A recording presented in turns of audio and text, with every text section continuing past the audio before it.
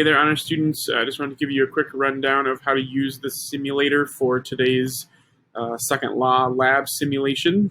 I'm going to start out kind of at the top here and show you some of the different settings and things, and tell you what things you're going to need to change and what things you can kind of ignore. So right at the very top, the first thing you're going to want to do is you're going to want to click on that drop-down menu and go down to both.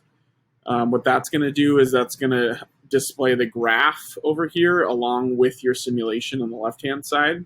And then what I'd like you to do is go back to the drop-down again and click on V versus T and click on A versus T. So what that's going to do is that's going to add two more lines to your graph. It's going to add a velocity versus time line, and it's going to add a acceleration versus time line. So you're going to have three lines on your graph actually. There's going to be a position line, which is X versus T. There's going to be a velocity line. There's going to be an acceleration line when we run the simulation in just a second here. Okay. So the other buttons here, obviously play is going to run the simulation for you.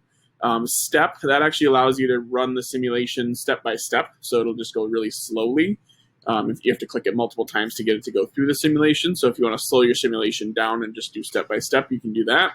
The initialize button you can kind of just ignore, and then reset obviously just resets everything back to the default settings. So you'll want to do that in between each trial that you do. Okay. Down here, there's the orange area here, which is added mass. This slider is going to add mass to the car. So you'll notice add M equals 0.2. That's where that goes. So that's going to add mass to the car. The hanging mass is this mass over here, and that mass can be changed as well. Okay. So those two sliders you are going to use throughout the lab today to add mass to the car or to add mass to the hanging mass, which is the thing pulling the car. Okay. Mu static, you don't need to worry about. Just keep it at 0, as well as mu kinetic. Those are friction, and we're actually just going to ignore friction for this particular activity. We're going to act as if there is no friction, which obviously we know in real life there would be, but we're going to act as though we're doing this lab within a vacuum. Okay. So the added mass and the hanging mass are the only ones you really need to use in today's lab. Okay. I want to draw your attention to these yellow boxes. Weight X, 3.53.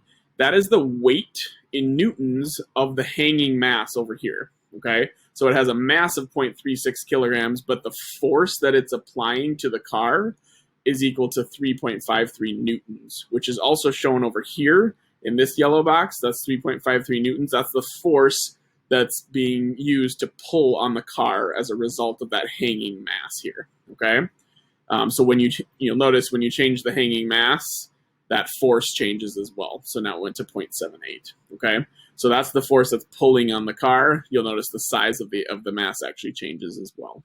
Okay, when you add mass to the car, that's going to change weight Y. So weight Y here is going to be negative 4.41 newtons because it's pulling against the other mass. So the weight Y is the weight of the car. Weight X is the weight of the mass that's pulling on the car. And the net force is the force that is pulling on the car. Okay, so you've got mass of the car, force of the weight pulling on the car. That's the net force. Okay, now when we run this simulation, I'm just going to bump these up a little bit here, and I'll bump this one down.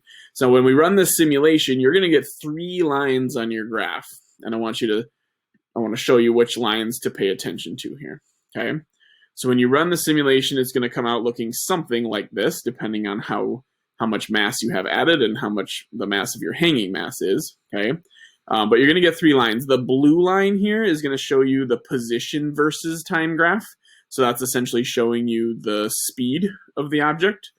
The velocity versus time is in pink, and that's going to show you essentially the constant velocity of the object as it accelerates. So it's a straight line, okay?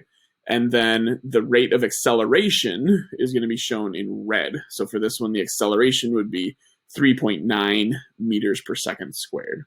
Okay, so in your lab today, you're going to need to be able to look at, what was the speed, what was the velocity, what was the acceleration. We're mostly going to focus on acceleration because this is the second law lab, and we know that force, mass, and acceleration are all related to each other by the F equals ma equation that comes along with Newton's second law. Okay, so you're going to use these graphs to identify the rate of acceleration in order to record that for your lab today. Okay, so hopefully that helps kind of explain things. If you want to do another trial, you just simply hit reset and everything will go back to default settings. So then you're going to need to change if you want it to be something other than 0 and 0.3. Okay, so hopefully that helps kind of explain how to use the simulator today.